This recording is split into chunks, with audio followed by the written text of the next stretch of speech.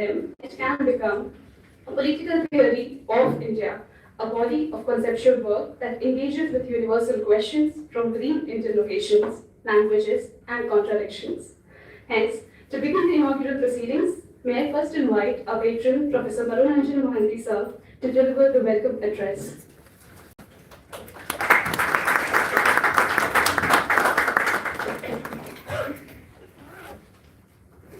Thank you, Vasa.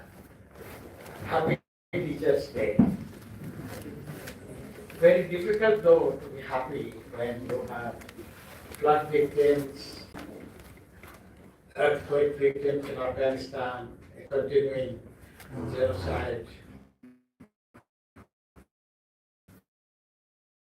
in Gaza, and so many other adversities. As creative beings, hope is our mainstay, and we keep struggling with hope. And I can't believe this is the 12th I was going to say grassroots politics colloquium. That was the predecessor. 25 years at Delhi University, then an interdisciplinary, and then last 12 years, the creative theory colloquium. And this hand holding by, you must know, Foundation for Creative Social Research with India International Center, Raja Foundation, International Harvard Martial Society, Shanti Sahyog, and now the newly registered Association for Creative Theory. This hand holding has been absolutely great for our continuing effort by this very interesting combination of 3 generations. I can see 3 generations present here interacting, and Varsha, our moderator and the coordinator of this whole event and the preparatory process also, because the preparatory meeting has been taking place for the last at least 3 months, if not earlier. From April. Oh, from April, last April onwards. Amazing. What unites this group is that great concept, to best service to the guru, to the teacher, is to question, keep questioning, and even the obstacles that the teachers face. And therefore, we keep questioning, and that discomfort with existing theories, just being anti-colonial, anti-capitalist, anti-feudal, anti-patriarchal, anti-caste, and pro-nature, etc., is not enough. How to concretize that by interconnecting and looking at the dynamic reality in history and in present and anticipating future. I think that brings us together, a questioning community of creative inquiries. Thank you very much. Thank you, Professor Mohanty. Your warm words and continued guidance has kept us motivated to continue this intellectual exercise year after year. Next, I would like to invite the President of the Association for Creative Theory and the Board Member of the International Herbert Marquis Society, USA, and the convener of this year's colloquium, Professor Savita Singham, to share her welcome note and reflections on the past colloquiums. Ma'am. Thank you, Varsha. So, Professor Mohanty has given a glimpse of what it takes for us to organize this colloquium. I would say that, generally people think that doing theory is a very dry kind of intellectual exercise, and it's mostly an individual endeavor. But if this group of creative theorists, we work together, it's a kind of collective work, and everyone has equal importance. Even ideas proposed which are quite outlandish, we give thought to those ideas, and we try to see if there is any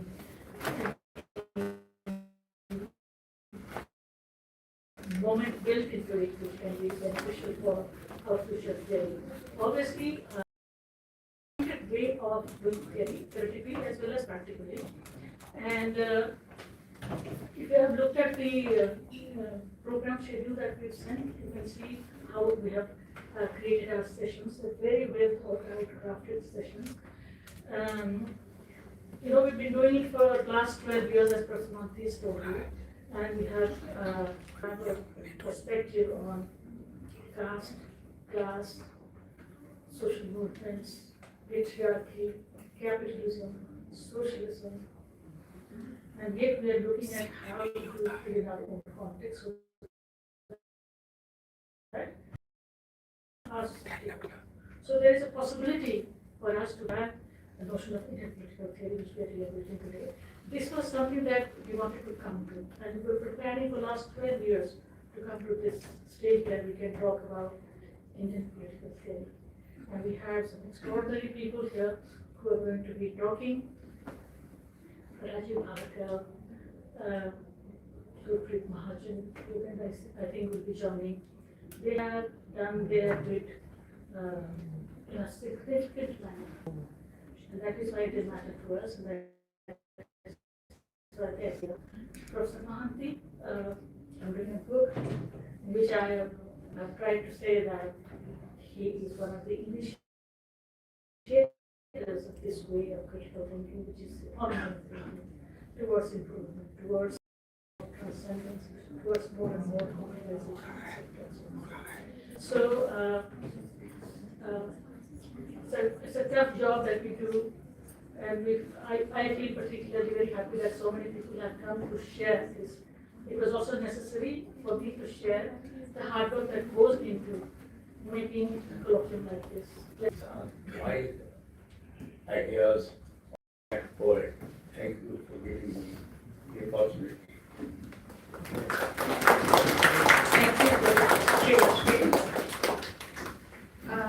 May I now invite Professor Andrew T. Lamas, Senior Professor in the University of Pennsylvania and the board member of the International Herbert Marquis Society. He is joining us online from US.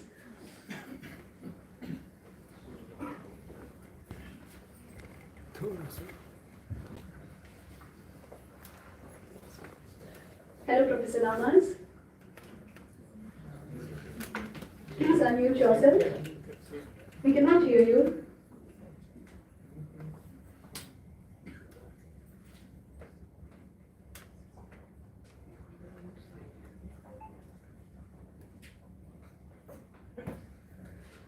The technicians, please see that his voice comes from.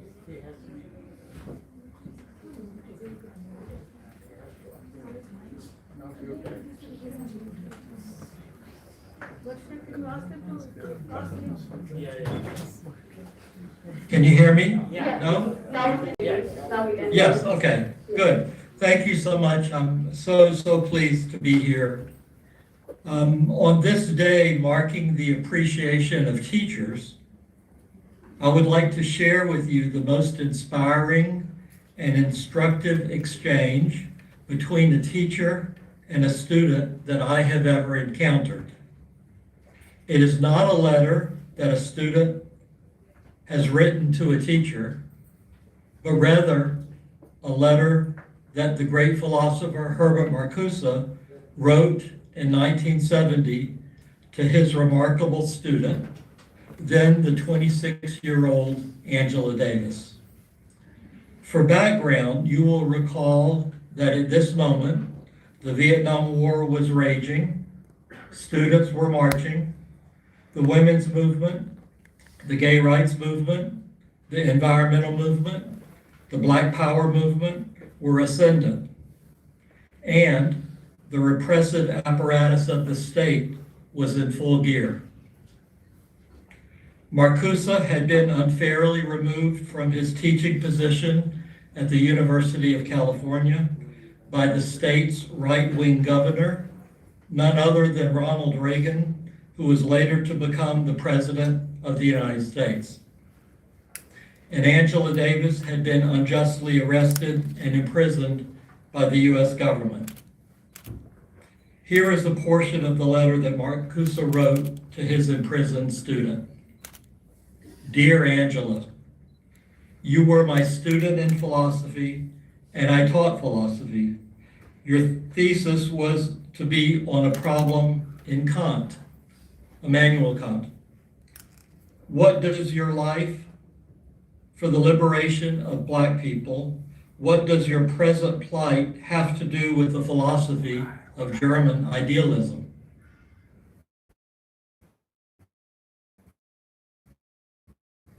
Then the prospectus you wrote for your thesis. Sentence. You wrote, the notion that force provides the link between the theory and practice of freedom leads back to Rousseau. Back to Marcuse now. So there is a link, he writes to Angela, an internal link between the theory and practice, between the concept and the reality, or rather realization of freedom. And I remember that I criticized Sartre's notion, Jean-Paul Sartre. I remember that I criticized Sartre's notion of a freedom which is truly inalienable and can be practiced even in prison, even in a concentration camp. Namely, the freedom to refuse submission, the freedom to reject the false identity which the masters impose on their slaves. I criticized this notion because it seemed to me that the free choice between slavery and death or life imprisonment is not freedom, that it makes a mockery of human freedom. And now I read in your lecture how one day, and this again is Angela's words, Frederick Douglass, the great abolitionist in the 19th century, a formerly enslaved man. Frederick Douglass gathers the courage to resist the slave breaker to whom he is sent for domestication, for taming, the slave breaker who is infinitely more brutal than any of his previous masters. Frederick Douglass one day hits back, Marcuse writes. He fights the slave breaker with all his force, and the slave breaker does not hit back. He stands trembling. He calls other slaves to help, and they refuse.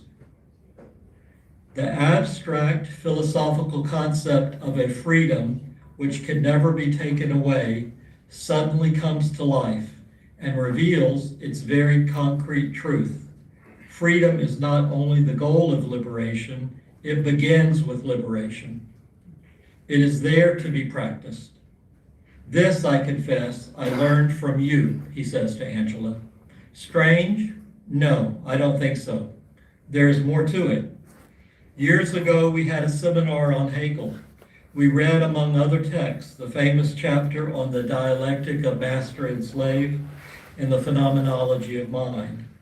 It ends with the recognition of the master's dependence on the slave, which outweighs the slave's dependence on the master. In your lecture, you discuss the phenomenology, and Hegel's philosophical analysis comes to life in the struggle in which the Black slave establishes his own identity and thereby destroys the violent power of the master. I skip a section and then Marcuse continues. I do know that you, Angela, are deeply involved in the fight for the Black people, for the oppressed everywhere, and that you cannot limit your work for them to the classroom and to writing. And I think there is an inner logic in your development and in the development of things, a logic which is not so difficult to understand. The world in which you grew up, your world, not mine, was one of cruelty, misery, and persecution. To recognize these facts did not require much intelligence and sophistication, but to realize that they could be changed and must be changed required thinking, critical thinking, knowledge of how these conditions came about, which forces perpetuated them, and of the possibilities of freedom and justice. This, I believe, you learned were in the last analysis concerned with one thing, human freedom. Like any good student, you took seriously what they said, and you thought, unless it was a lie, must be translated into reality. That it contained a moral imperative to leave the classroom, to leave the campus, and to go and help the others, your own people to whom you still belong, in spite of, or perhaps because of, your success within the white establishment. But you fought for us too, who need freedom and who want freedom for all who are still unfree. In this sense, your cause is our cause. And he ended in solidarity, Herbert Marcuse. So then, the commitment to solidarity shared by Herbert Marcuse and Angela Davis is grounded in the affirmation of our common humanity amidst our differences.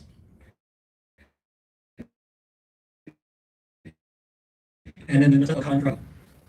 Now let me come to is a comradely provocation. One thing I know for certain is that what you call Indian political theory is not only for Indians. But I want to follow this thread a bit farther and propose that Indian political theory is not Indian, or at least not only Indian.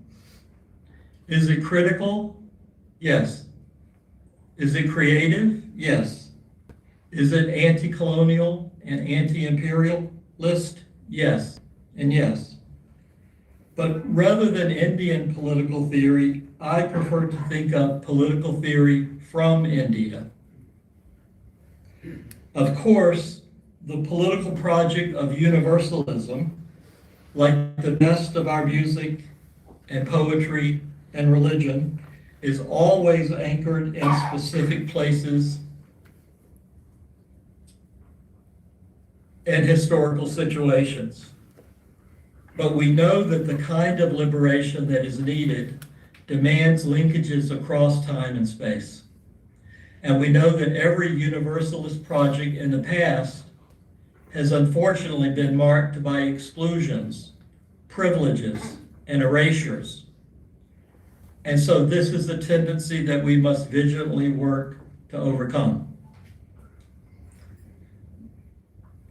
I believe that nothing I have said could have been said if not for the contributions of Gandhi and Ambedkar, Nkrumah and Fanon, W.E.B. Du Bois and Martin Luther King, Marx, Marcuse, and Angela Davis. In my view, they understood that the project of universalism, as fraught as it always has been, is a way forward, is the way forward. No genuine solidarity is possible without the commitment to forge right relations with all those with whom we share the earth. It is the responsibility of intellectuals, scholars and artists, organizers and agitators to never let go of this commitment to radical universalism, a universalism that rejects racial essentialism, national essentialism, colonialism, and imperialism. Thank you to the Creative Theory Colloquium with which the Marcuse Society is honored to be associated. Thank you, Shanti Sahayog, the Raza Foundation, and the India International Center. And thank you, as always, to Professors Mohanty, Singh, and Thakur. Thank you all. Thank you, Professor Raman, for your presence and words of encouragement. With this, I will take the opportunity to propose the vote of thanks for the speakers delivering the welcome address this evening. I want to begin by thanking Professor Mohanty, whose reflections added richness and depth to the spirit of welcome today. We are deeply thankful to Professor Lamas for his thoughtful reflections and for setting the spirit of collaboration with which we begin this colloquium. Our sincere thanks to Sri Ashok Vajpayee, whose gracious words and constant encouragement continue to guide and inspire this initiative. We are equally grateful to Professor Savita Singh for a warm welcome and for reminding us of the critical conversations that lie at the heart of this gathering. With this, Now the time has come to officially begin the colloquium proceedings with our inaugural panel titled Debating Indian Political Theory. The chair for this session is Professor Mohanty, and our speakers include Professor Rajiv Bhargava, Professor Gurpreet Mahajan, and Professor Yogendra Yadav. Though our esteemed speakers do not require a separate introduction, I will nevertheless do my part in quickly introducing them. Professor Manoranjan Mohanty is a distinguished political scientist, a renowned scholar on China, and leading voice on issues of democracy, human rights, and social transformation. He is currently a distinguished professor at the Council for Social Development in New Delhi and a former professor of political science at the University of Delhi, where he taught for over 3 decades. Rajiv Bhargava. Professor Bhargava is a distinguished Indian political theorist, celebrated for his extensive work on secularism, multiculturalism, and identity politics. From 1980 to 2005, he served on the faculty at Jawaharlal Nehru University and later held leadership roles at the Center for the Study of Developing Societies, including as director. He currently serves as honorary fellow and director of the Parekh Institute of Indian Thought. Professor Mahajan, she is a distinguished political theorist and retired professor of the Center for Political Studies, Jawaharlal Nehru University. Her scholarly contributions span political theory, multiculturalism, secularism, democracy, and political thought, where she is consistently engaged with the intersections of tradition, modernity, and identity. Now, Yogendra Yadav. Yogendra Yadav, as we all know, is a renowned political scientist, psychologist, and public intellectual, known for his insightful analysis of Indian politics, democracy, and society. A former professor at the Center for the Study of Developing Societies, he has contributed significantly to the study of electoral politics through his pioneering survey-based research and writings. He has been associated with institutions like Lokniti and the National Election Study. 25 minutes. Okay. All right. So now I would like to hand over the session to the chair, Professor Mohanty. I request him to take the session forward and invite our distinguished speakers. Thank you very much. I will not take any time because we have 3 eminent scholars whom you are here to listen and who have contributed to the evolution of theoretical discourse in India significantly. And they are all my very, very old and close friends. We will have about 25 minutes each, and Varsha will indicate at the end of 20 minutes All right. in your own way Sure. to the speakers. After all these extremely inspiring remarks, I think we needed a little break, but there will be no break because, as you can see, people are so anxious to hear the 3 distinguished speakers. Just following the introduction by Varsha and then Abdul Amas's question, I'm sure all the 3 will take that up. Indian political theory or political theory from India, and Varsha, how to make Indian political theory of India. I will only state a question which has bothered me because the colloquium is very wonderfully titled, Indian Political Theory, Possibilities and Challenges. Wonderful. But this session is titled Debating Indian Political Theory. Not even debates in Indian political theory, debating Indian political theory. In other words, there is a lurking uncertainty or insecurity or anxiety about this field. And I know for sure that it exists. In the course of the last more than 3-4 months weekly discussions online, this group has also raised these questions. I haven't attended many, but whatever inkling I got from the few that I attended, that was my feeling. I seriously question that. uncertainties, ambiguities, and these dimensions of debate are true of political theory from anywhere in the world. That's the understanding I have grown up with from the Ranveer Singh teaching and writings and the tradition. Therefore, I have that. But I'm sure our three very distinguished scholars will guide us how to grapple with important questions in political theory in India. So with these words, I now invite first Rajiv Bhargava to take the floor. Rajiv. Thank you. Thank you, Manu. Please take the, Okay. just wait 1 second. Yes.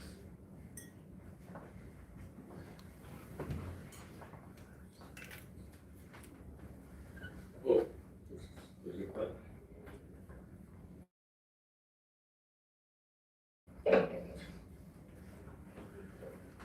Thank you, Manu, and thank you, Savita, Manindra, and everybody else who's part of the creative critical theory colloquium for inviting me, for giving me this honor.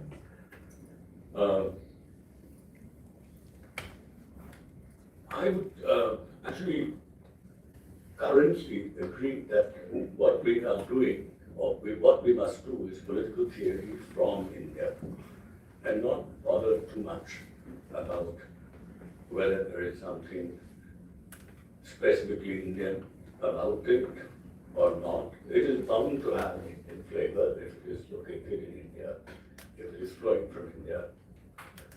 There is, I'm not saying that doing specific, what is particularly or specifically called Indian political theory is a misleading, mistaken enterprise. But I think our current conjuncture is such that we have to sort of do something else, move beyond it. As you know, I've believed that there are, I've written about it, and it's very much common sense, that we have at least 3 types of political theory. One, all of which are conceptual, deeply reflective, and to varying degrees general, because that's what makes them, in a sense, theoretical. They're never about a singular thing. They're about many disparate things which are, in some ways, connected. So this doesn't make them always universal, right? So there are at least 3 such types of theories. One which we broadly call explanatory, which includes understanding, interpretation, causal explanation, and reason-based explanation, and so on. The other is contemplative. I think this the term may be used by people, but I'm not sure. And here, in the first category, we might include Hegel, Marx, Tocqueville, and many others. In the second, I would include the Buddha, but also Gandhi, Arendt, many others, including, Adorno, Marcuse, and others said that in the Frankfurt School. These are partly speculative, but shot through with micro-social inquiries. Many of them are either deep experiences, such as that of Gandhi, or in other cases, if there are sociological and normative roles, then they're shot through with sociological inquiries and so on. So that's, reflective, deeply reflective of our current condition, of the human condition, and so on. And the third, of course, is normative. When we are evaluating the present from an ethical, moral point of view, these include, for example, I'm just taking a couple of examples, Locke's essay on toleration. There are a lot of 20th century theories of equality and justice. And these theories defend and justify certain values. They show the principles and values that underpin some social and political perspectives. They don't see them merely as the descriptive of or merely political or ideological, but underpinning all of that are certain values. And I've always seen myself as doing this kind of normative theory. But I think it's becoming extremely difficult to do this kind of normative theorizing. Normative theory really depends on hope. But there's no normative theory possible without there being some hope. And I think currently we seem to be seized. And here I'm building on the mad poet who is amongst us, doing a little bit of insane political theory. We are seized by utter hopelessness. Normative theory also depends on a fair degree of human control over our own destiny. But we are faced today with radical uncontrollability. We really don't know what's happening. It also depends on the hope of transparency, but there is too much opacity around. We don't get enough detailed information which is accurate and real. So we seem to be an overwhelmed people. It's not exactly, I'm sorry to say, it's not exactly defeated people, and I don't want to say, by we, I mean people like us. I don't mean, people who are in power. And we seem to be deprived of any moral agency. So we also live in times when all that we consider to be virtues have become vices, and what were vices are seen as virtues. What until the other day seemed valuable is no longer valuable. Things which were of no value, which were trivial, of very little worth, even demeaning, have been catapulted to the status of entities of utmost value. Or perhaps we are going through what Nietzsche called transvaluation of values. Something is happening right now. And it's also, there is a constant assault on a capacity to make judgments. It's extremely difficult to make any kind of judgment. I'm not surprised that judges are faltering all the time. There is a very easy reason, easily available reason for why they're doing it, but I think the crisis is deeper. And some of these are global trends. So the line between what is global and what is distinctly Indian or national or regional culture is getting blurred. So it's very important to ask what this current moment is in which we're asking the question, what kind of theory must we do, what Indian political theory, what Indian political theory should we be doing. It's very clear that we are not sure about what the current, we cannot define what the current context is in the way in which we were able to do even 30 years ago. So let's dwell a little more on this current conjuncture. Let's speculate a bit. First of all, since we're talking about debating Indian political theory,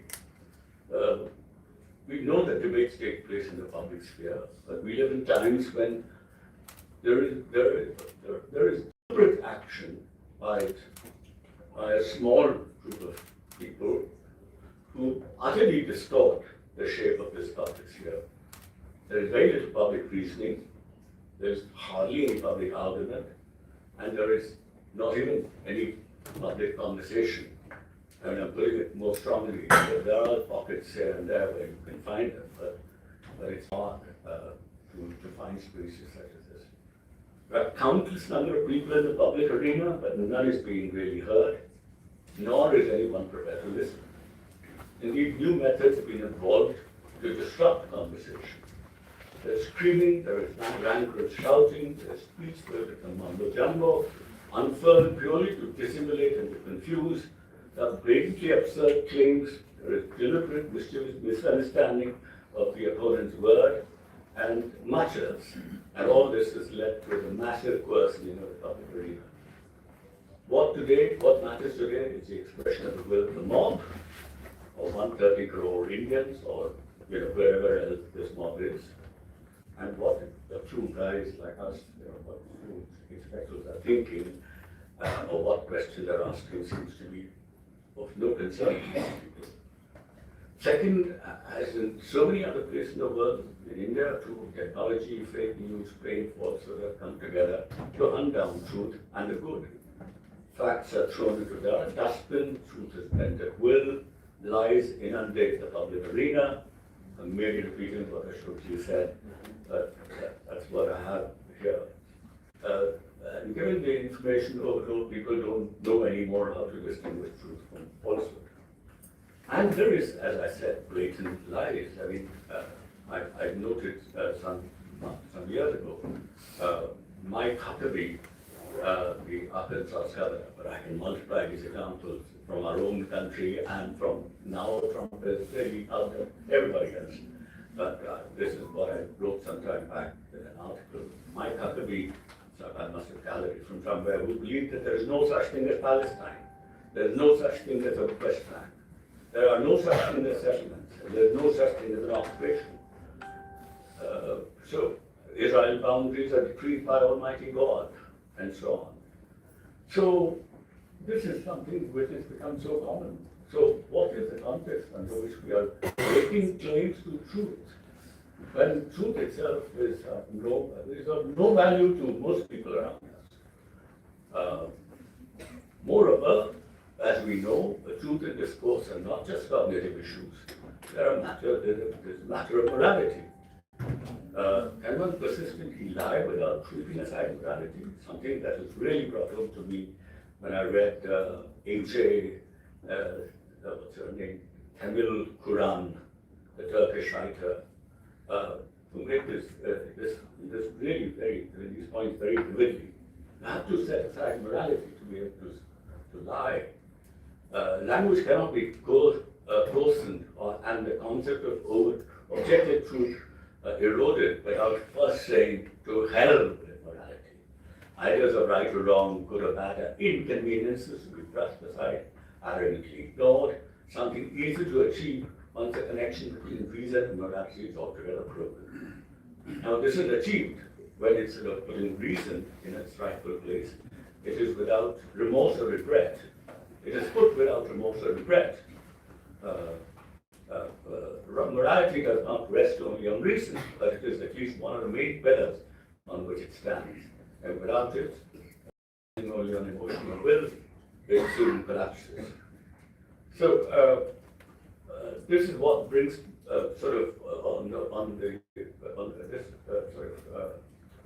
one of the reasons responsible for extreme moral subjectivism and even cognitive subjectivism, which we see all around us. So as I said, Tamil Quran says these days immorality is hot. People shamelessly affirm that they want to dirty their hands. They do so spectacularly, are proud of doing so, and proclaim it aloud. They are unashamedly,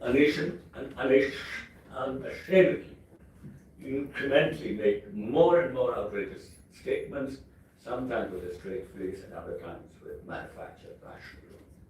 So I remember, again, this is something, some years ago, a minister from the Haryana government who said that when we saw scores of farmers die during protests, and he was asked, why, what is the response to that? He said, well, they would have died anyway in their homes. That certainly signaled a new low in public discourse. But then this was not unusual from a lot of such people. A lot of people we've seen talented lynchers when people shout slogans like "Goli Maro Savako." This is something which is lauded. So there is utter moral callousness and cruelty. I think Ken Ashok used this word. They're important parts of a toolkit of a mobile politician. So we are we're living in this very extremely amoral, cognitively cynical order. And another reason why it's very hard. You have 10 minutes. 10 minutes? Okay.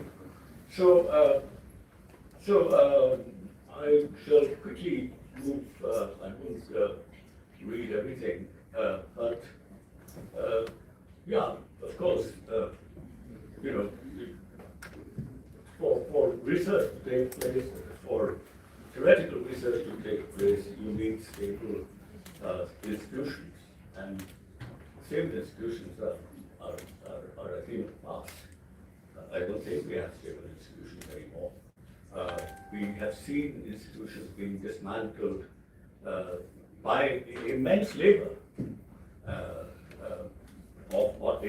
by people today, and they've done their best to destroy the ethos surrounding those institutions. So I can't see how, unless we do small, like guerrilla activities, I mean nothing violent, but little spaces where we can do theory. I don't think how it will be much.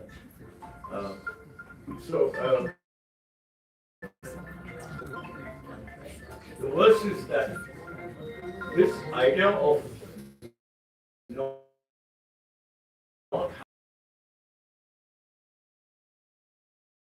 having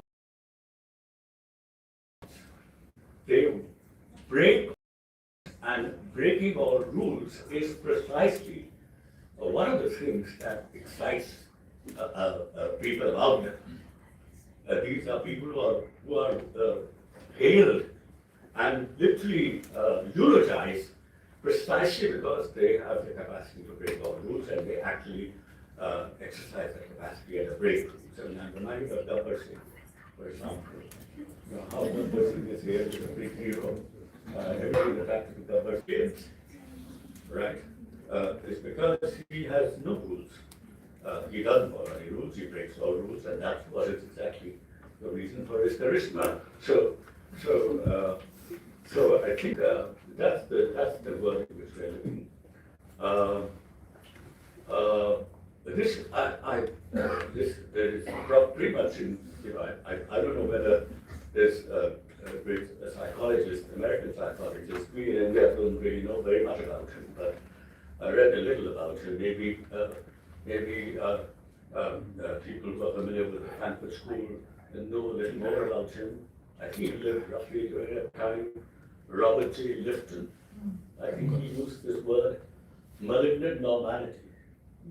I think we are living in a time of malignant normality. I think cancer is normal, and our healthy cells are abnormal.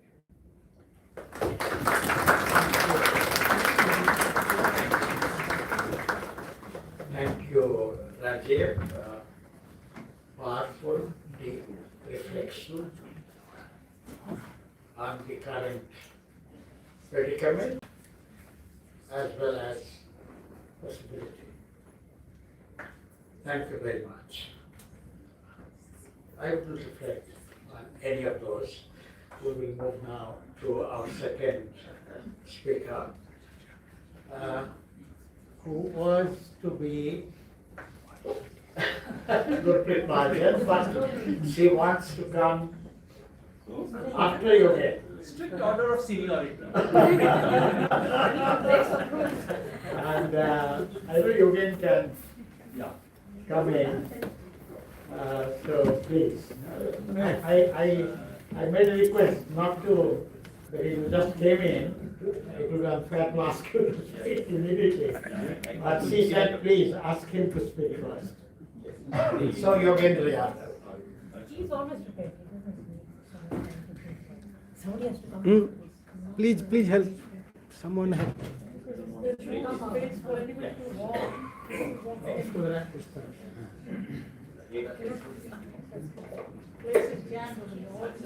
Students are sitting here. Yogen, we have 25 minutes. At the 25 end of minutes. 20 minutes, somebody will indicate. Thank you, sir. Thank you. I have dual advantage today. One advantage is not listening to the beginning of the session, so I'm completely free. And second, of course, is being outside academia. So I'm not required to say things which are nuanced, which are sort of informed and scholarly stuff. So allow me to say some very simple things in the hope that you've heard something much better. And whatever stupid things I'm going to say will be nuanced by good. So, I must confess I've had a love-hate relationship with political theory. When I was a student, I was trained by people like him, and I thought, all smart people do political theory. There was kind of a Brahmin-Shudra relationship, if you were Brahmins, you did political theory, and Shudras did electoral studies and that sort of stuff. So for 5-6 years, I fooled myself into believing that I could do political theory. And then for 20 years of my life, I did the Shudra stuff, which I was meant for in any case. And then gave up academia altogether. And after giving it up, I went on Madhurika's insistence to one of these seminars where both of you were there. And I came back and said, मैं 20 साल ये काम किया करता था क्या? So complete was my alienation with all this that was happening. Of late, I've started realizing the importance of political theory. And I think I'm now at cognitive peace with this stuff of political theory, but I'll tell you why. It may or may not connect to the theme of the seminar. But incidentally, I must say, Savita and Mani, if you were around, what a wonderful concept note. I read it and I political theory in responding to the current crisis. No, I must say that. The way our satirists have responded to the present crisis, the way poets have responded, I've quoted Amir Aziz today, their response is infinitely better than the response of political theory. They were better prepared, maybe they have a longer legacy, maybe modernity speaks through the language of literature, as Professor Kaviraj has been telling us over the years. So for whatever reason, they've done much better. And it's time we responded. It's time political theory responded to the dismantling of Indian Republic. If there is one reason for political theory to stand up, count, and be relevant, it is here, in front of our eyes. Everything we believed in is crumbling in front of us. So, this is the time this is the time of Hobbes. This is what Hobbes was responding to. This is what Machiavelli was responding to. This is what Marx was responding to. This is what we must respond to. And the elementary question is, because that's the first wall that you must cross, how do we relate to Western political theory? Because unless you come to terms with this difficult question, we don't even begin to do what we should be doing. I think there have been two phases of how to relate to Western political theory. There was the first phase when Indian political theories were applying Western political theory, exposition and application of a given theory in India used to be what was called Indian political theory. We are well past that stage, and thank God we are well past that, because that was no political theory. It was a coolie labor in the name of political theory. The second stage, which has been prolonged for far too long, is about us becoming an objectors to Western political theory, provincializing them, trying to say what, how it needs to be corrected, why it needs to be questioned, and so on. Now that's a very important work, but I would leave it to the NRIs in Europe and America. I think they're very good at it, they're smart. Now, and they're in good numbers these days in all American universities. And they're doing a fairly good job of it. No, I don't mean to be negative about it. I think it's an important job, but it's their problem. Let them sort it out. It's not my problem. A bit of it is my problem, and I'll come back to that. But mostly, it's not my problem. So what do we do? Which is not to say that we should turn our back to Western political theory. Professor Kaviraj has a recent article on what is Western about Western political theory. And I think it makes a simple point that what is called Western political theory has three levels. One is purely local, which no one should need to look at. Secondly, historical, which has been unduly abstracted, but which actually is primarily draws upon experience of European societies. And third is something which is truly general. So we should not turn our back to what is general in Western political theory or Chinese political theory for that matter. But much of the stuff that's passed on to us in the name of political theory is actually localized inferences drawn from the experience of a very tiny part of the universe. So rather than quarrel with it, we spent a lot of time, I too also spent a lot of time trying to say democratic theory has this problem and this doesn't apply, that part doesn't quite apply to India.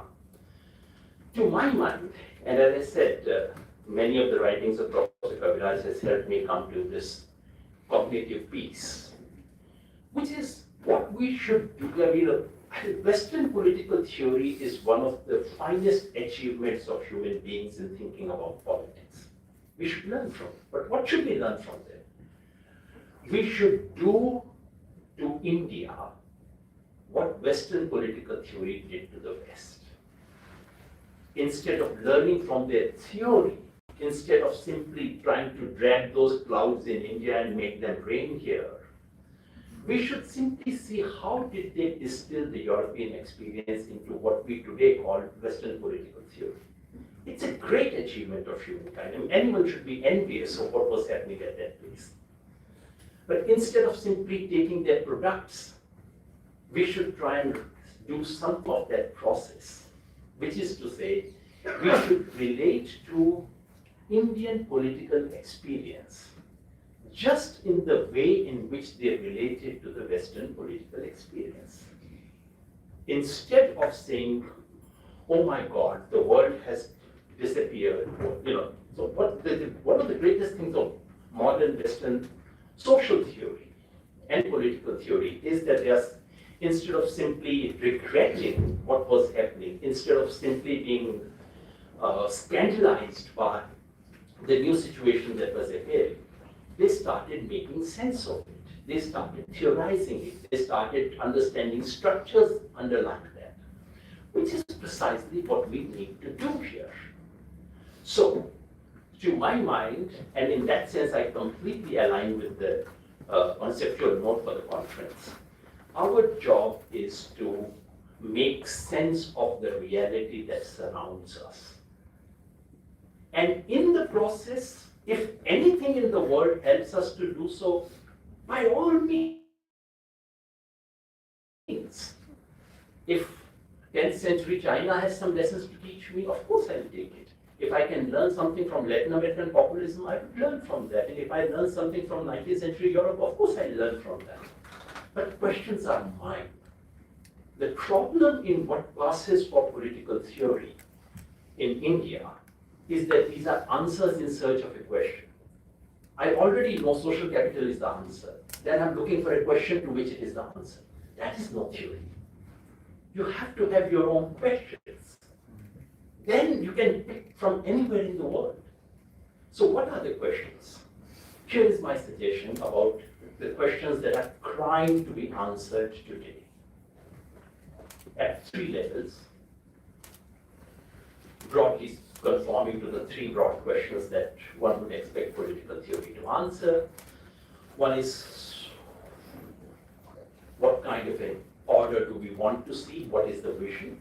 Second is, where do we stand today? And third is, how do we go from where we are to where we wish to go? Very, very broadly speaking.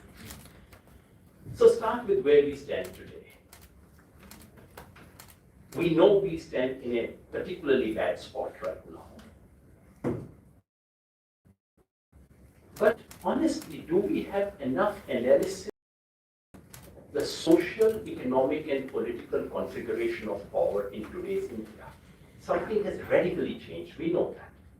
We also know that it happened when we least expected it. Today, everyone can be wise and say that, of course, this was bound to happen.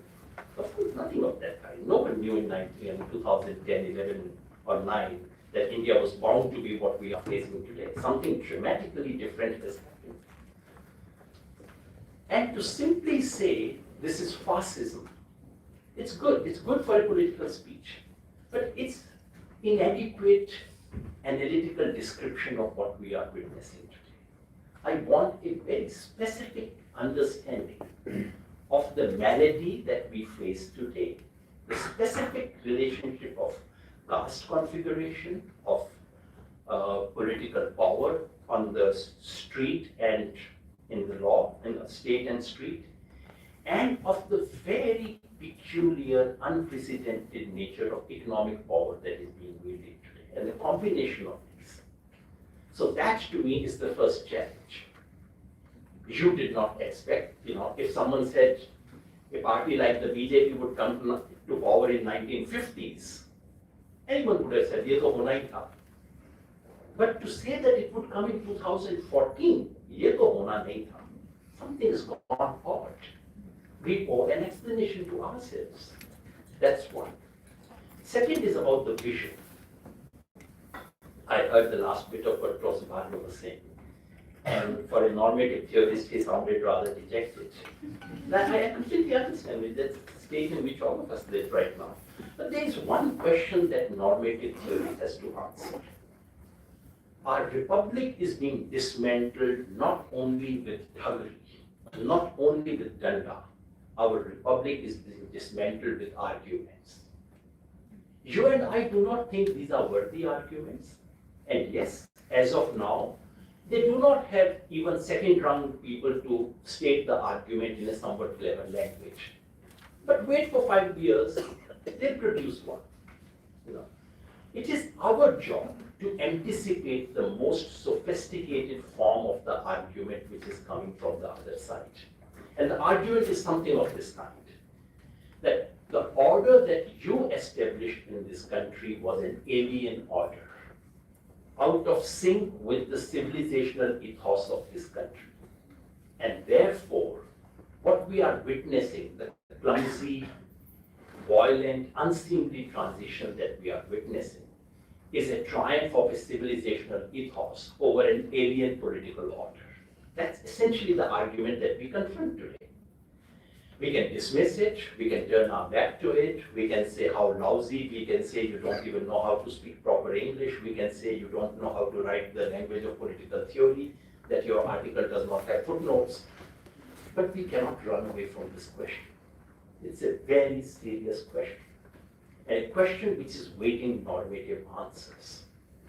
The onus is on people like us to prove that this Republic of India, which was inaugurated on 26 January 1950, is a republic which has moral roots in this culture and society, in this civilization. If we fail this test, we are doomed. We cannot defend this republic unless we answer this question. Those who are asking the question are louts. They do not even know how to frame their own questions. That doesn't mean that we should escape the responsibility of answering this question. And it's a very serious question, a question we have neglected for decades. And third, of course, is the question of how to go about doing it. Now, I do not expect political theory to come up with formula of what to do tomorrow morning. But the larger root, the task of theorizing practices. There are practices of resistance in this country everywhere. Practices that are waiting to be theorized. It is the task of political theory to theorize. So, to say again, political theory should give me 3 answers. Why is it that sudden dismantling of this republic happened in the last 10 years? And what exactly is it that has taken over after that? What are the strengths, weaknesses of that particular order that we witness? Number 2, What is it that justifies the Republic of India? What are the moral, intellectual justifications for this Constitution of India, the Republic of India? To say Constitution is great is fine, even Modi ji now says Constitution is fine. That you have to offer a deep justification. Part of it you get in Professor Rajiv Bhargav's work on secularism. That's the kind of justification we need to offer for every single thing of this Constitution. And third, about the process. So how do we do it? And here are my suggestions. As I said, I would not be constrained by the formalities of the occasion and just speak my mind bluntly. Political theory must begin here and now. The trouble with the business of political theory in India, maybe in other places, is that they live on the ninth cloud. पता नहीं किस दुनिया में रहते हैं लोग. You know, please live in this country. Live here and now. A political theorist cannot be. Yes, the task of political theory is not to produce newspaper articles tomorrow morning. The task of political theorist is not to react to yesterday's news. But a political theory has to be deeply informed about what happened yesterday, which I don't see. I see, abstraction is essential quality of political theory or any form of theory. But abstraction has to have something. किसी को आप distil करने के लिए नीचे कुछ अंगूर होता है ना जिसको आप डिस्टिल करते हो, हवा से डिस्टिलेशन नहीं होता. यहाँ नीचे कुछ है ही नहीं, काय का डिस्टिलेशन करेंगे? That's one. Second, it is nothing short of a scandal that political theory is carried out in English language in this country. By carried out, I do not mean written. You can write it in any language. You write it in Mandarin for all I care. That doesn't matter. But that it is thought through, not in any Indian language, is a scandal. I mean, it almost sounds like a scandal that I'm saying all this in polite company. But why should that be a scandal? Tell me, how many theorists of British politics do you know who do not know English language? None. Why is it that Indian political theory is not thought through? Please remember, my emphasis is on thinking. The material you draw from, the conversations you have, that's more important than the language you finally write in. If I have to speak to my colleague in Tamil Nadu, I have to write in English, that's all right. That's not my problem. But the detachment of the activity of theorizing from the language about which, of the people that you are theorizing about, even scandal is a mild word for this. Third, it requires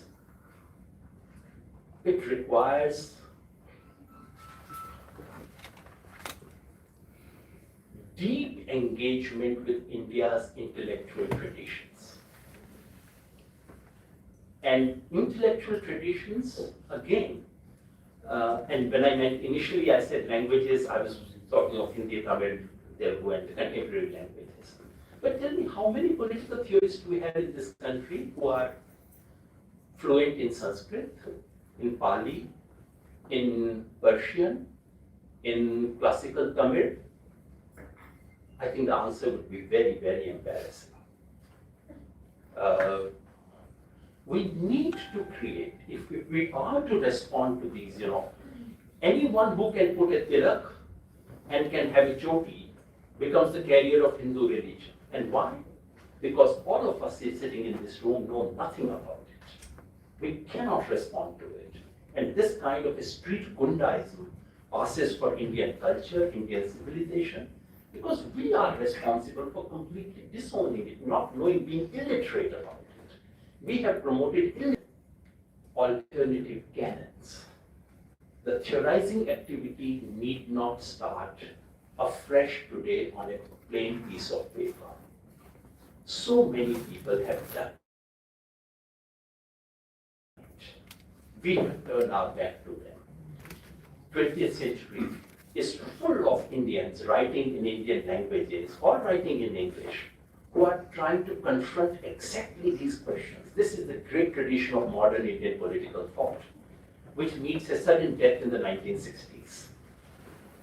That tradition is something that needs to be, we need to do to Indian intellectual traditions what the Western academia has done to Western intellectual tradition. Western intellectual tradition didn't come about by itself. You know, people like Hobbes and others have written such horrible things, but which we don't today know about. Because a very carefully curated tradition has been presented to us. Why are we not curating Indian intellectual traditions, both pre-modern, but also modern? It is true that to understand politics, many pre-modern traditions will not be of much use to us.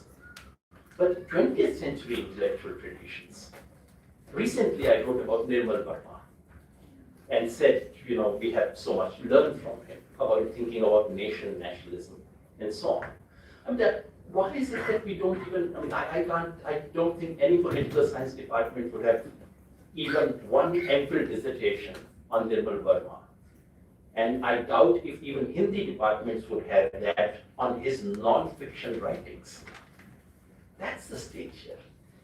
And we have to take, just as it said, we need to take languages seriously, we need to take knowledges seriously. Knowledges do not, you know, the idea that we are dealing with people who are empty vessels is a very colonial idea. We are dealing with people who have thought through. They have not thought through with my concepts, but they have thought through with something. What is it that they have thought through with? Those knowledges need to be recovered.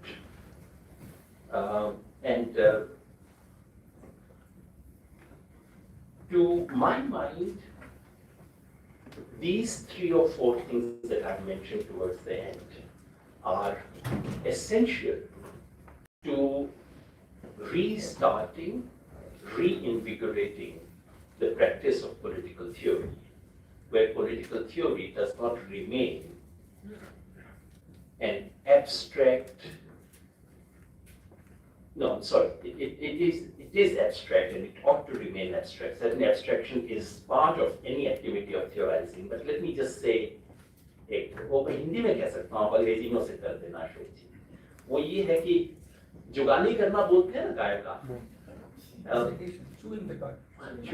हाँ वो so गाय जो है वो जुगाली करती है। Any theorizing is that activity. जुगाली करने का काम है, पहले आप खा लेते हैं, उसके बाद आप धीरे धीरे जुगाली करते हैं, और उसको कभी ऑब्जेक्ट नहीं करना चाहिए, because that bit of distance between eating and chewing is essential for theorizing. मगर आप ये सोचिए कि अगर कोई गाय हो जिसने खाया नहीं हो, पड़ोस की गाय को देख के अपना मुंह चला, उसे आप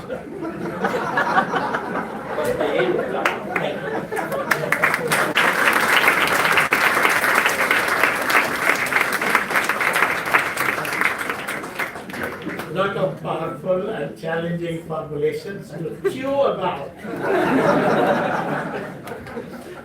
Thank you very much again. Wonderful.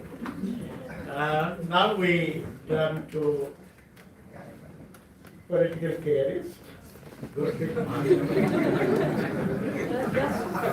Just a lowly teacher, and no privilege to be a political theorist, but what a pleasure and a privilege to be here on the 12th colloquium of the creative theory, and my mind and privilege to be here on 5th of September. Professor Monty, you remember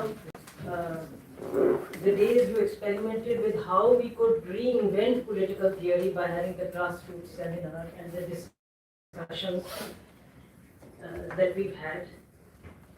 It must be by association that wisdom prevailed, and I said I will come in last so that I can ingest some of this. Though your last thing, I remember Ramu Gandhi's response, that when he said, after these are two different people, unless that person eats, how will I be fulfilled and feel satisfied? And he said, well,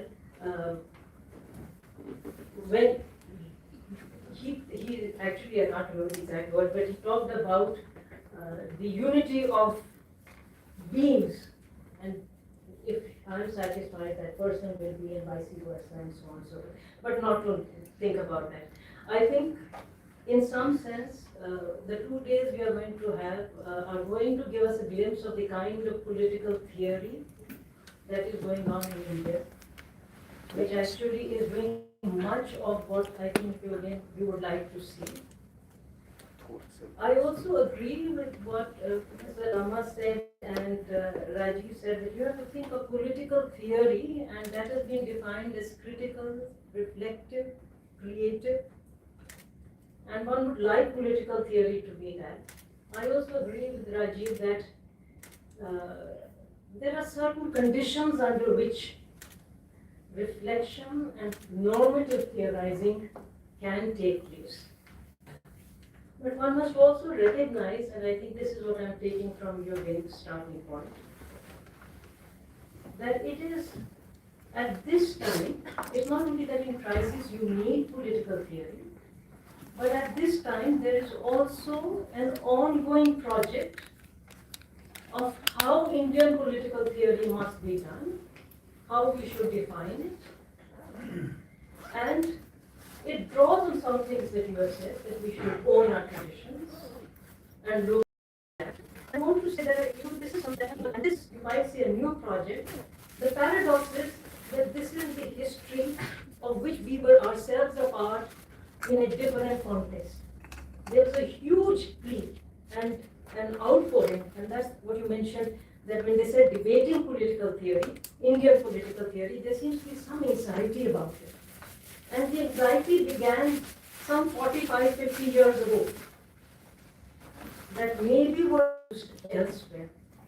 And I want to go back to that moment, partly to say what that challenge was, what responses came, why we need to rethink some of those responses, and chart a part of what it would mean to do any kind of political theory, especially located in India, or something that we will call Indian political theory. Whether it is located in India, done by Indians or whatever, it doesn't matter, but we put an adjective there, and there was a reason why this adjective came, that he wanted to qualify of which you are a part. And most people here won't remember, but some of us would remember. And the concept note, they said, please don't go back to that moment, but one must go back to that moment when Professor Parekh wrote about the poverty of theory, because we were just simply shell-shocked. And then when you are shocked, you're not in a position to really respond in any meaningful kind of way. Because what are we doing? We were under this illusion, great illusion, that we were doing political theory, that we were trying to understand India, that the people we were reading and the theories we were reading, whatever they were trying to make sense of the world which we live in, because the Indian reality is not the case. And it's not the case, but it was looking for something specific. And that something specific was what he referred to, I think, maybe different from your reading of normative political theory, but he had in mind normative political theory. Because he would ask this question frequently in many conversations, because he was always needing us to do something and to produce political theory from India. So he said, tell me, whom will I read if I want to read on what is justice, or a theory of justice, or a theory of equality? And these were not easy questions, because I may have been your age at that time, or some people age at that time. These were difficult questions, and then when we discussed this and talked about it on many different occasions, I think one thing was clear to me, that we inhabited slightly different worlds. He was looking for a certain kind and template of what political theory is. There should be argument argumentative, it should be systematic, it should have a logical beginning and end. What we had and we realized here was that there was a lot of political theory that was there. Because after all, what was the struggle from 16th to 19th century, if not before that, but for justice, for equality, for dismantling inequalities of various kinds, and creating some space for individuals to inhabit the world in accordance with their own understanding. And there was all this that was happening, except that many of these people were actually engaged in the struggles for transformation. They were actually transforming, engaging, not systematically doing and writing and sitting in one place, which we assume political theories ought to do. So the next thought that came to one, and I think and that was something which was the starting point of thinking about Indian political theory seriously, is that did we let our side down? Because after all, there is all these material that is available, all these ideas about not just concept, but about our thinking about India, about the challenges before it, how it can be changed and altered, etc. Maybe it was our responsibility to present it in a more systematic way and in a language which could reach out to many more, not just in India, but elsewhere. Because political theory has universalizing aspiration. And I don't want to mellow that down, that we ought to have given not only thinking about what we are doing here, but how we might present that as an understanding of that. I think as this realization came, many people actually undertook this task, and today we do have a sizable body of literature which has theorized, which has presented theoretically the ideas of various people, not just people in national movement and the great political leaders, but from, I'm going to say Kabir, but you can think of many other, the Sant traditions of various kinds, etc., and they have presented what were their ideas about all these. The second thing that they did, and perhaps may not have done adequately, is that political theory flourishes when we have a more expansive idea of the political and of theorizing. Because if you look at the West, you have, for instance, why would Montaigne's essays be included and seen as part of political theory? Because you've expanded the idea of what it means to be thinking about the political. We are thinking in terms of such things as, well, justice can be thought of in terms of generosity, in terms of caring, in terms of empathy. And you find sources and resources for thinking about those ideas and putting them up front from many different people whom you would not have brought within the ambit of the political earlier.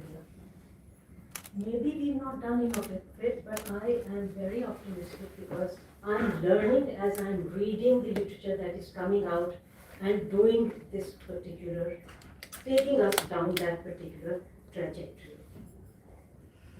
But before I say that, I think one should also confess that this was the time, of course, all this, a lot more on what was happening of ideas that were there in India and how they developed these various notions of various kinds, of different kinds of virtues, of a life worth living, or what is a good life, or the value of contemplation, or struggle, or engagement, and so on and so forth. While they were doing all this, political theory as a discipline was grappling with this idea of thinking and giving an identity to what it does in the name of Indian political theory.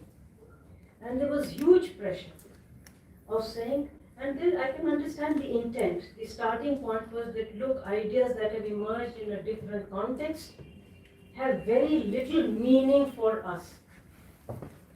And there was, and Togendra, you would also recall this, there was a lot of writing of saying how we should grapple with and begin with Indian categories, because that is where we will connect with the Indian reality. You can't think of the Indian reality in concepts which are, as it were, borrowed or coming from elsewhere.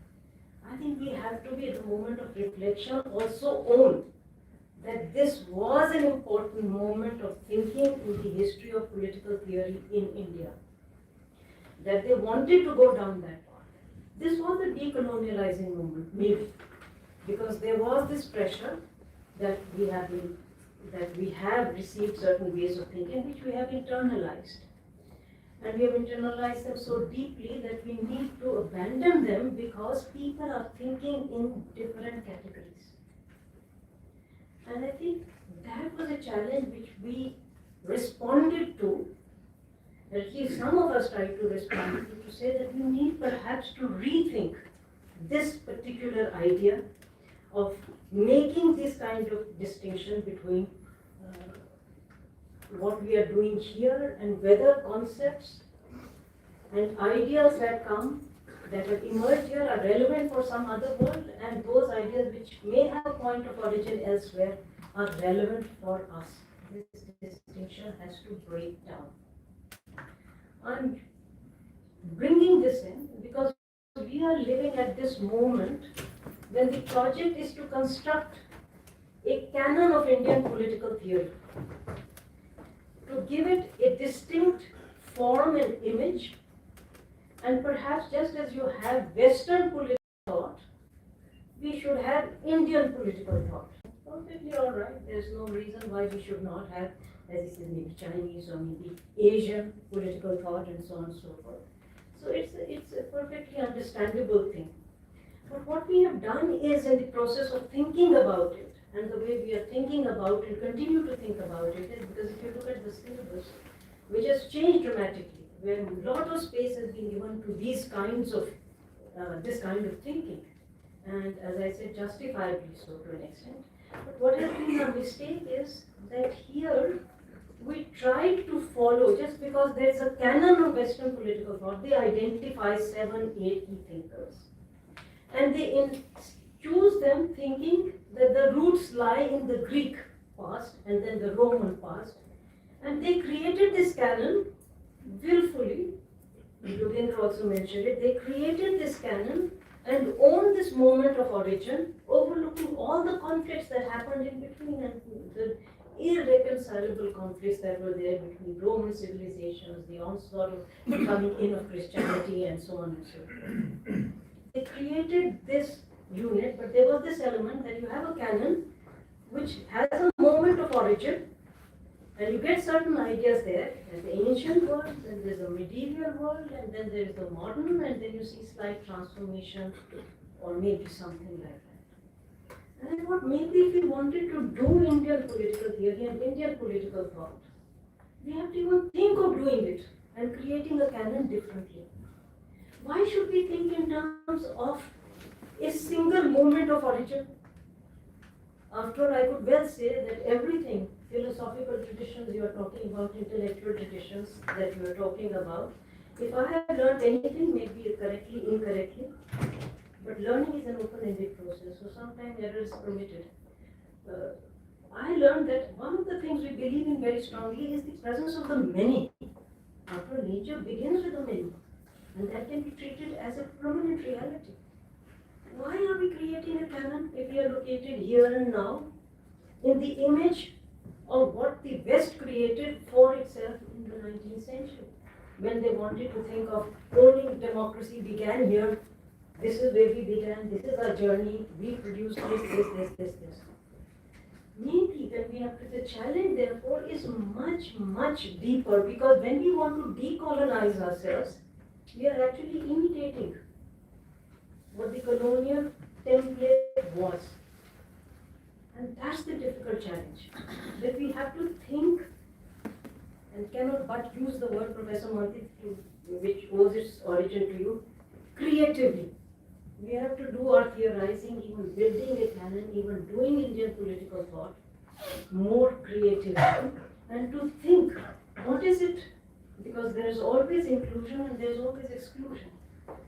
Not only whom we are including and whom we are not, but also to think in terms of the fact that there is an open-endedness of our present predicament, of the many influences that have come to shape this, some which have been there for a long time, but those which were also in conflict and debate with each other.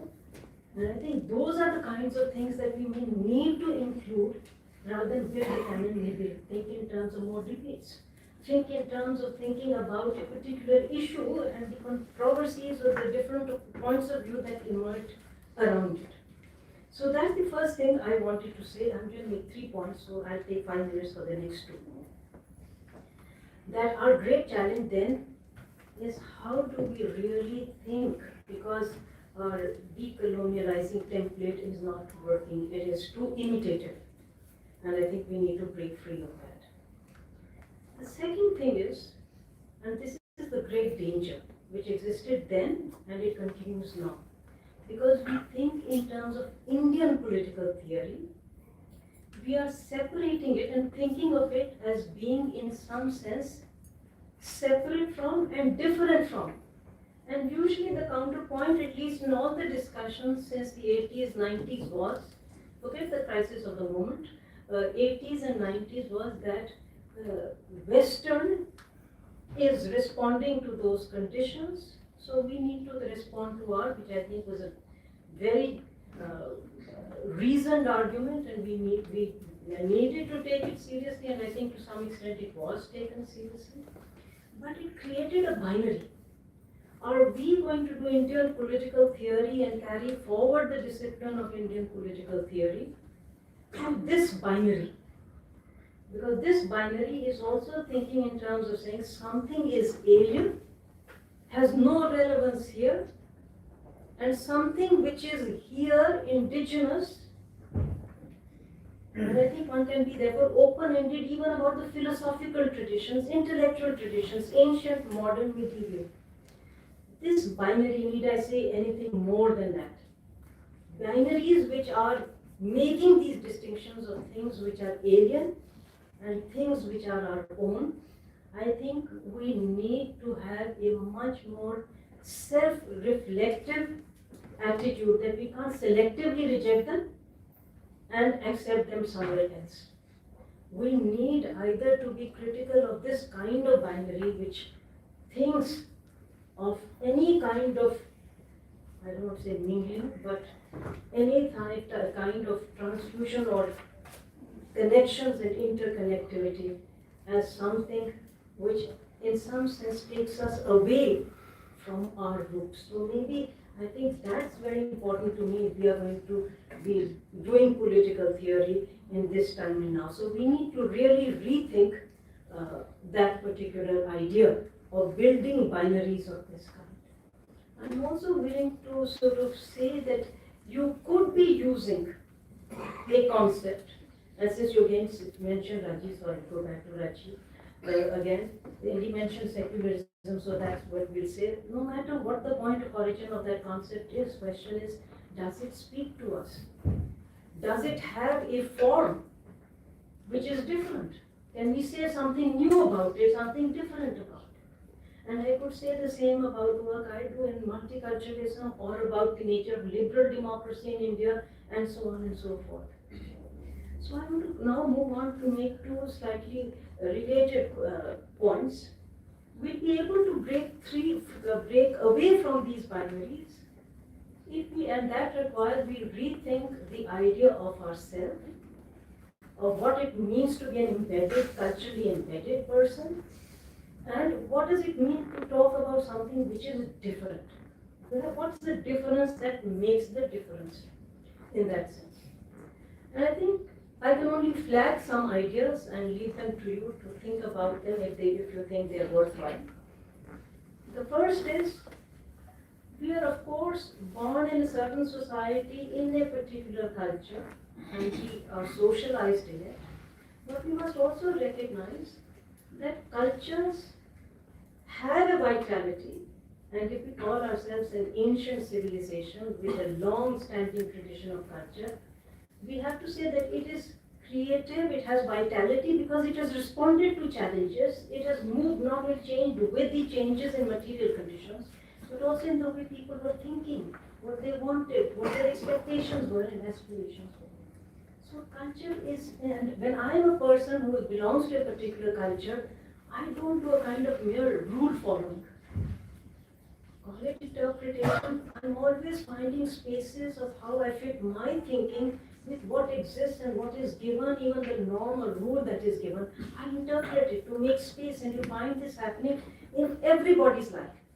In some sense, thinking, that's why thinking about the self is so important, because doing political theory is actually in some sense living the life and living and thinking about how you are living your life. So I think you need to think about culture as something which is more open, which is fluid, which is open to influences, which is changing and altering. It is not static. So I don't want to think in terms of India as if it were merely something which is fixed and static. The next thing that I want to say is that we must realize, and this is an idea that I think we otherwise, when we think of ancient, modern, medieval, whatever, we are thinking of periodization. We are thinking that there is such a thing as historical age or a historical epoch. Let's take that idea seriously. Because if we are thinking that we are currently in the phase of modernity, then we must say that there is a shared, I like to use the word, historical time, or just say that in this historical epoch there are certain ideas which have become so widely aspired for about India. My context here and the specificity of those conjunctures is very unique and very different from what exists even in another post-colonial society, let alone Europe and elsewhere. Nevertheless, there were always, it is far better to think in terms of both similarities and differences. There are certain values and ideas which resonate across the space. I think if today I was to talk to most people in India, they have some idea of personal autonomy. There may be differences of how we negotiate that space, how personal autonomy you want to give to whom, in which relationship, in which context, but it's a value that people are seeking, want to hold on to. Most people will say, well, I think we have to hold on to an idea of basic equality rather than natural inequality. These are ideas that have come in the modern world in our historical time. Therefore, we shouldn't be looking for vast differences or thinking what is meaningful here and there and so on and so forth. Because in this case, ideas that may have emerged in a different context are going to travel and find a root and a space in another context. So in a nutshell, I want to say is that the difference lies in the particular form an idea takes, what are the other ideas and concepts it comes in association with, how does it, what kind of space do you make, what do you give greater priority, freedom or equality, how do you balance the two things? This is what makes the difference. And when this is the case, then I think we are on the threshold of recognizing that the more we understand the world we live in, I am also better equipped to understand the society I live in and what I am thinking about, how do I face those challenges, what do I do with them and where do I think. So I want to leave you now with the third and final point, which will be even shorter. And that will be just to say, because truth has come up, knowledge has come up, so difference, culture, self I've talked about, knowledge is the final thing. I think Indian political theory has to begin with the idea, or take forward the idea, that knowledge is an interactive, knowledge is produced, or interaction, let's say, is the site of knowledge production. It's not by carving out a little limited sphere of ourselves, whether geographically or nationally or culturally, that we are able to be reflective, be critical, or to think in terms of knowledge. I also want to say this because if we don't see ourselves, if we don't really give interaction the due place, and don't recognize that knowledge is produced actually in association, in collaboration with others, then I fear we will always be bracketed out, because that was the colonial and imperial project. Democracy, they would want emerge there, so we are fighting saying we have got it earlier, we got this, that and the other. This much science, they will say, is there. But we have to recognize that all those scientific developments, and there is much work today which shows how those innovations and scientific breakthroughs came by taking seriously the research that was going on in laboratories in India, in the Arab world, in many places also in Africa. And that collective thinking, not collective thinking, at least the production of that knowledge and the traveling, carrying forward of that knowledge from one place to another, paved the way for new scientific breakthroughs that emerged. Because otherwise, we'll be left saying, what have we really produced in the world? So keep in mind that this is the process of knowledge production. So there is value of interaction, not only because they have generalized and given us a vision, and we should also be looking for a vision. That's also something we should do. That's a good end game or goal to have. But I think seriously to recognize that Indian political theory has to be in global conversation, even as it links with its own past, and it will find new ways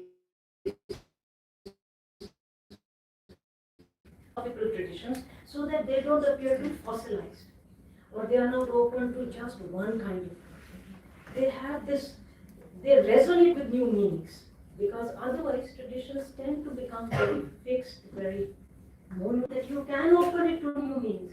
You can do different kind of, you can get different kind, I would say extract, but that's not a good word. I can retrieve, or I can interpret or read into it meanings which perhaps others are not seeing in it. And I will be prepared to do that, partly because of the situation in which I am, last sentence, in which I am placed, but as I see how others have interpreted their traditions and what they have been able to retrieve from what was said from them. And I think that's the kind of learning which will enable us to recognize the value of not treating ourselves very narrowly or drawing the boundaries too narrowly of either political theory or Indian political theory, and really make a contribution of what is produced here to thinking about our predicament in the world, not only for ourselves, but for the world as a whole. Thank you.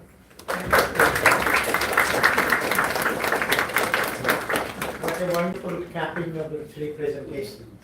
In fact, the whole evening's presentations, wonderful, with concrete suggestions also complementing the other two presentations.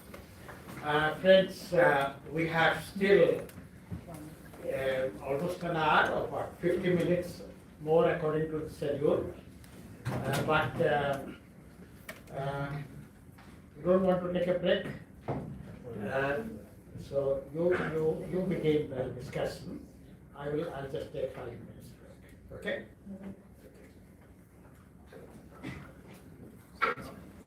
Probably too old to sit longer. I just can't. But it's going to be difficult to get out. No, I haven't. That's why you're going to speak. Okay, so as Dr. Nampi said, we had three extremely insightful presentations. Let me begin by the last presentation that was Gurpreet Mahajan, because I agree with her the most. And I do think that the point that she's making is that you can't do Indian political theory in cultural isolation, political isolation. That in place of binaries and dichotomies, you need to have a genuine physical interaction as an interesting value for political theory. In fact, first session tomorrow will be discussing this particular view, the adopted language of political theory. Interpretation is a kind of intellectual activity which is cultural, historical, and ontological. And that is what is required. So each category requires a lot of work, deep thinking, and no shortcuts.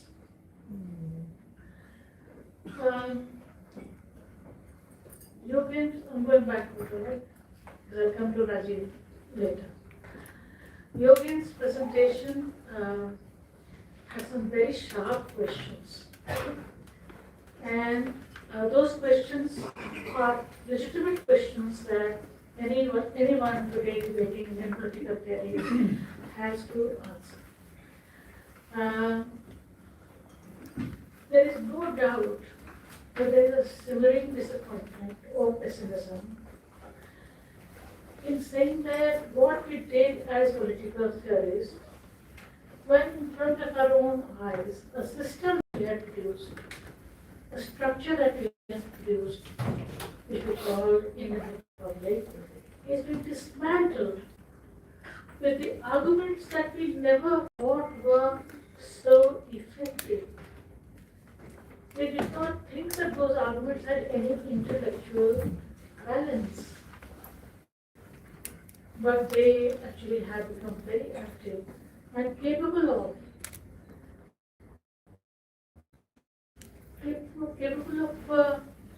falsifying the value that we have created a democratic republic system where people will have opportunities to of equality, justice, liberty, and so on.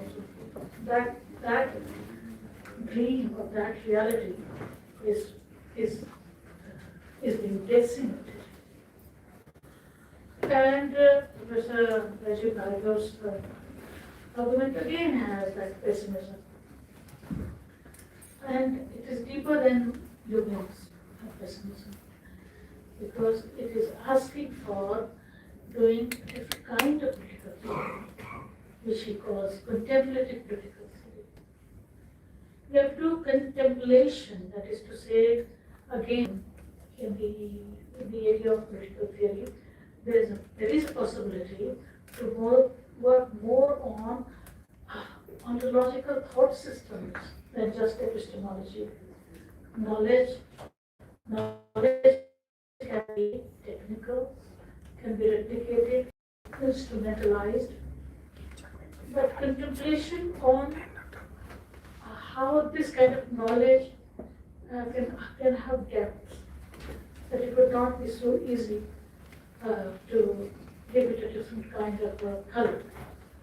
It in many different sorts of ways. You may be embedded in tradition, but you may also be a part of a group or a community or a family which has interpreted or moved in a slightly different direction from other kind of tradition. I don't think we can ever be human beings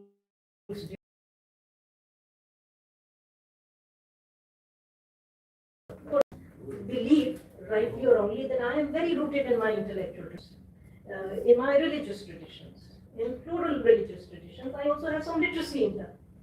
How do I bring to bear in my political theory, or I have failed to do that, is a different matter. But rootedness is something, I think, which is a sociological necessity or a starting point. But it can have many different meanings rather than to be deterministic. So I don't necessarily see, but I can see that if you're engaging with somebody who is rooted in a particular kind of way, then just as you use a language which communicates, I may use a language which helps me communicate with them in a certain kind of way. So in a classroom, I may not do it, but in a different context, I may use a more religiously imbued metaphors, examples, allusions, content in order to communicate them.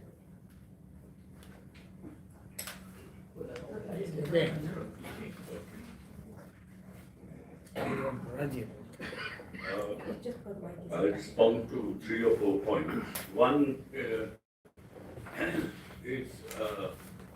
this is in response to your actually. because you've been said that it's important to anticipate normative arguments of those who are, let's just say, our opponents, who are contending many of the claims and proposals that we make. So we should be doing that. I think we've been doing that for 40 years. I think this is, the current dispensation may have come to power now, but it began its movement in earnest 40 years ago. And many of us began to do normative